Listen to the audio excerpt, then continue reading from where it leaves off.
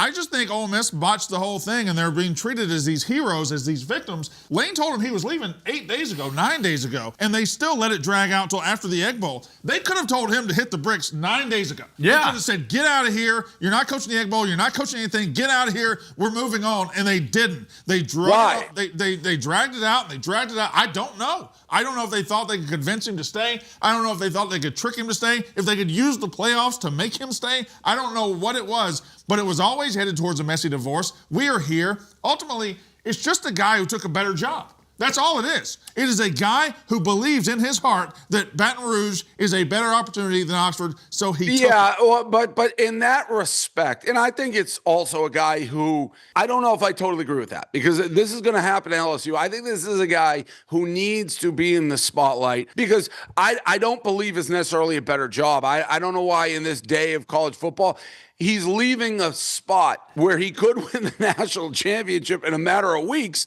to go to a place where he's saying he has to go to win a national championship. And T-Bob, you're sitting there with that dumb smile on your face. I got to tell you, it reminds me a little bit of the last thing LSU did, and how did that work out? Yeah.